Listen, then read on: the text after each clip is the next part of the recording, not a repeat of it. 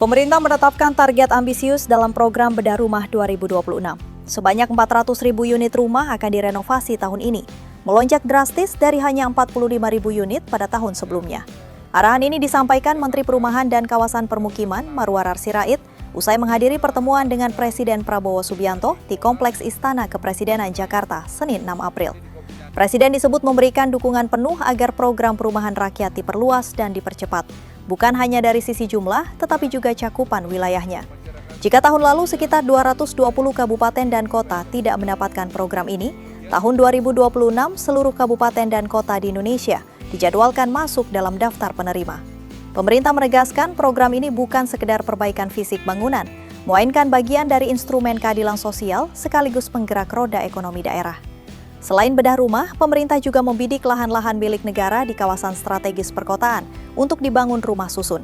Lahan yang diprioritaskan mencakup aset milik KAI, BUMN, dan Danantara. Menteri ARA menyebut fokusnya bukan di pinggiran kota, melainkan di titik-titik strategis yang selama ini justru paling sulit dijangkau oleh warga berpenghasilan rendah. Dalam 2 hari terakhir, Menteri ARA bersama Direktur Utama KAI telah meninjau sejumlah lokasi.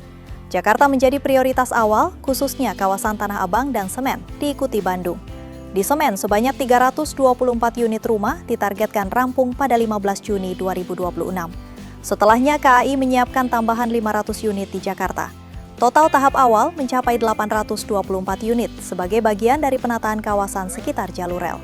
Di Bandung, persiapan pembangunan ditargetkan mulai bergerak pada akhir bulan April ini. Soal skema hunian, pemerintah masih membuka opsi sewa dengan tarif terjangkau, sambil menyiapkan regulasi kepemilikannya. Meski belum final, pembangunan tetap dipercepat. Dari sisi pendanaan, pemerintah tidak hanya mengandalkan APBN dan Danantara, sektor swasta pun dilibatkan. Astra telah berkomitmen membangun 1.000 unit rumah susun di atas lahan yang disiapkan negara, untuk kemudian diserahkan kembali kepada negara. Pemerintah menegaskan bahwa lahan negara yang kini masih ditempati warga, seperti yang ditemukan di kawasan Bandung dan Tanah Abang, tetap akan digunakan untuk kepentingan negara dan rakyat. Program ini menjadi salah satu gebrakan besar di sektor perumahan pada 2026, dengan target yang jauh lebih besar dari tahun-tahun sebelumnya.